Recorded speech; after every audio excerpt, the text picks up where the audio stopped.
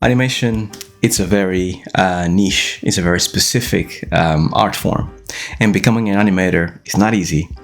But what is easy is to create certain ideas, certain myths that have been kind of like told out there that are not completely true about how hard or the kind of things that you need to do in order to become an animator. Now, based on the comments that I get here in this channel, I like to address some of those to make sure that you guys actually have a clear idea that some of these things are not true, and hopefully they don't get in your way to become an animator, right? So let's take some time in this video to debunk some of the myths about how to become an animator. Let's do it.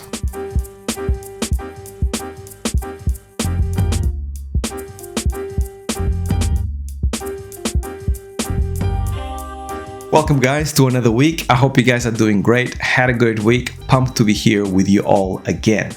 Now, great to be here after the giveaway. I felt a lot of love in those comments. Thanks once again to all of you that actually took time to write a really cool comment about how this channel has impacted your journey as an animator or as an artist or inspired you in any way, shape or form. The giveaway is now finished. Congratulations to all the winners, and make sure to keep it tuned because I'm going to be doing more of these. I really like this giveaway. I really like the fact that you guys were so engaged. So I'm thinking about doing a giveaway maybe every 3 months or so. So keep it tuned because there's going to be much more to come. Cool stuff that I'll be able to give away to you guys for all the love that you guys give me in return. So without further ado, let's get started with this episode. The very first thing that I would like to address here about myths of becoming an animator and the things that you have to learn is maths. Do I need to learn maths to become an animator? It's a question that I keep getting asked here in this channel over and over again. Do I need to learn maths to become an animator? Now, this is surprising to me because when I started seeing those questions, I thought it was completely obvious that this being an art form, animation, that people would see it as, I don't know, painting or photography, right? Because you don't really think about maths when you're thinking about becoming a photographer or a painter, right? You just do it because you know you have a certain talent or you have a certain affinity or you're naturally gifted to do those things or you just want to do it for fun, right? But maths never really comes into play when you think about those things. Well, animation is the same, right? I think that what is happening here is that people see animators using Maya or gameplay animators using Unreal, and they see animations in games, and then they think that it's more complicated than just making things move, that you need to actually code, maybe. And this is maybe why this idea of I need to learn maths to become an animator comes from. However, I'm here to assure you that you don't need to learn maths to become an animator. I am horrible at maths. I've always been.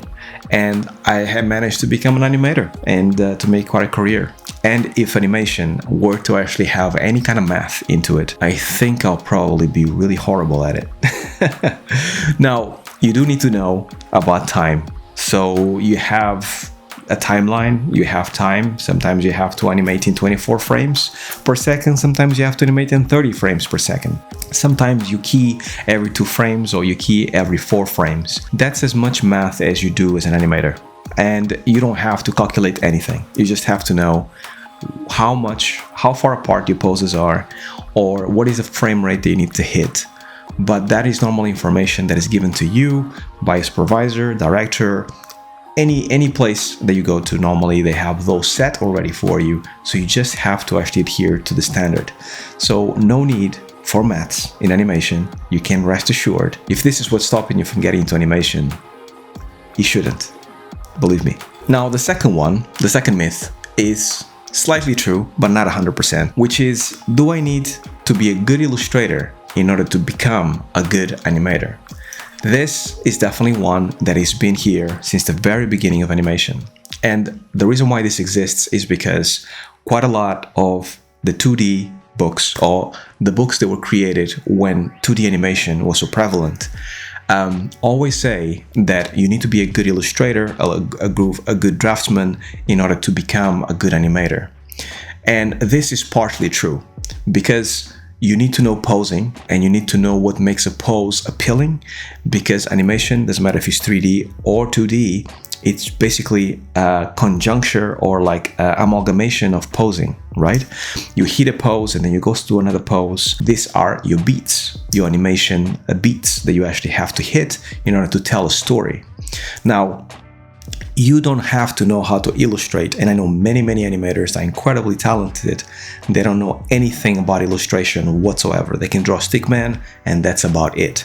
So you don't have to know illustration to animate in 3D. You don't. In 2D, yes you do, but in 3D you don't. However, I highly advise you guys that if you want to get into 3D animation, even though you don't know how to illustrate, for you to at least know what makes a good pose from a bad pose, right? Because when you start dissecting a pose or a reference, you have to know what are the things that make this reference appealing, and extract those things and then put them into your animation. You can only do that when you actually get a good grasp on what makes a good pose from a bad pose. But knowing how to illustrate to become an animator, not necessarily true in today's time, in this 3D world, 3D animation world that we live in right now.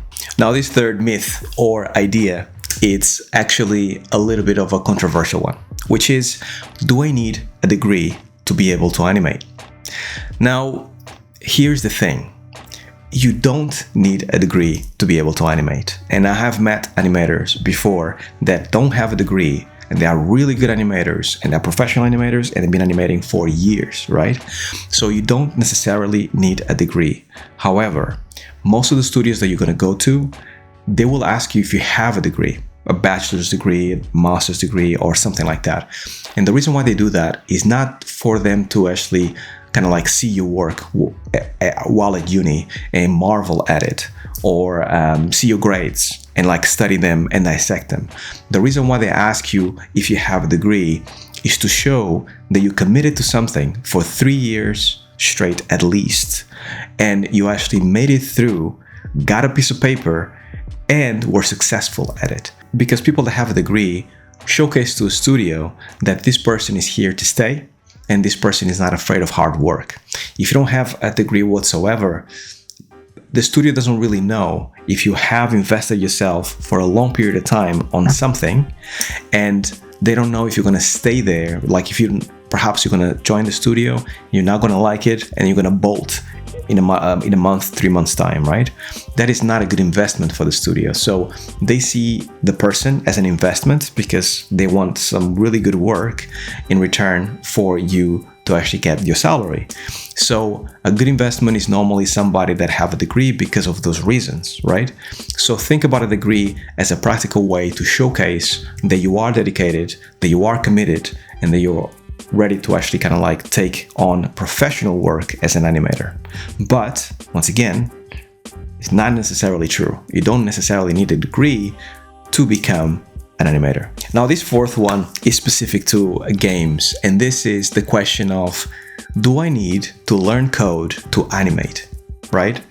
And this is also an interesting one. This one is similar to the math question. Do I need to learn math to know how to animate?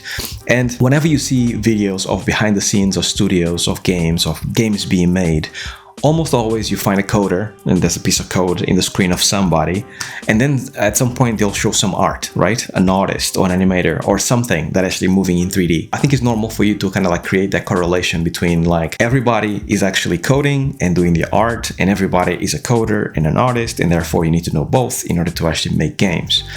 However, on a AAA studio, and normally this behind the scenes are normally in these AAA studios, there is a specialized role for everybody. So there is coders, there is artists, there is animators. So everybody kind of just do their job, and you need to just animate, right? So you don't need to code to be an animator. I don't know how to code to save my life, right? But I do know how to make games, I know about design, and I know about animation. Those things kind of like come together to make me an animation director. But I know the generic thing that I want to code to do in order to see my animations better, right? And that is mostly what you need at the most to be an animator in games.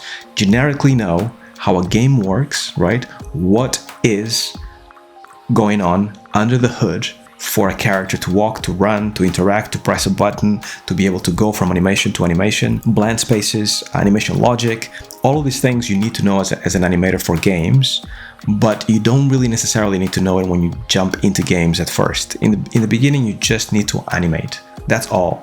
All this other stuff comes in when you actually get some experience and you actually get people telling you, we need these things, these animations, because of these reasons. Then you start connecting why certain animations are needed in order for the game to work. But you don't need code, you don't need to learn code to become an animator. And last but not least, we have this question of, do I have to know an engine in order to get into games? This is a very valid question. Because what happens is that obviously you're going to work in an engine, and if you don't know anything about gameplay animation, if you don't know anything about animation in games, then you think that because you're going to interact with this engine so much, that you have to not only learn Maya, right, or Blender or whatever it is, your 3D software to animate, but you also need to learn this other piece, which is the engine, where your animations will reside, right? However, a studio, especially the bigger the studio, AAA studios, indie studios maybe not so much, but AAA studios, they want you for your animation skills, not for your engine skills, right? They don't want you for the fact that you know how to actually make a blend space or animation logic or whatever it is. They want you because you are a good animator and you can make a really badass walk cycle. They can make really good motion. So they can teach you how to press those buttons in order to import animations, in order to create a simple logic. If you need to, anything that needs to be done in engine, you most likely will be taught by somebody, your lead, your supervisor, so you can then perform your duties the best you can. However, you can only animate in a AAA studio if you need to, right? Because it really depends on the studio. Some studios are more technical than others. There is studios out there that just ask you to animate and then give that animation to somebody else, a technical animator or a technical designer to implement those animations in game. So do you need to actually learn an engine to become an animator? No, not really. What you need to have is like kick-ass animation skills that apply to games and a passion for games. If you have those things, happy days. And that's it. My top 5 animation myths debunked based on my comments. There's been a lot of questions, more than this for sure. Let me know if you guys like this in the comments down below so I can answer more of your questions. And if you haven't asked anything, definitely ask it down in the comments of this video to make sure that I can answer them maybe in a future video if you guys like. Also, please make sure to smash that like button so YouTube kind of like sees this video or takes notice of this video and hopefully shares it with more people that are interested in becoming an animator. Now, I can go away without mentioning my Patreons. Thank you very much to everybody that actually supports me on a monthly basis. Highly appreciated. You guys are the best. And without you guys, I wouldn't be able to do these videos on a weekly basis. If you want to support me on Patreon and you don't so far, then feel free to check it out. There's a link down below in the comment section, and make sure that you support me if you wish, if you feel inclined, and if you do, I'll be very appreciative. And I'll showcase your name with all these people that I'm showcasing right now that are incredibly awesome. And that's all I had for you guys. I hope this has proved useful to some of you out there. If it has, once again, comment, like, I would highly appreciate that. And if you're not subscribed, then definitely subscribe. See you guys next week. And as always, stay well, stay safe. Peace.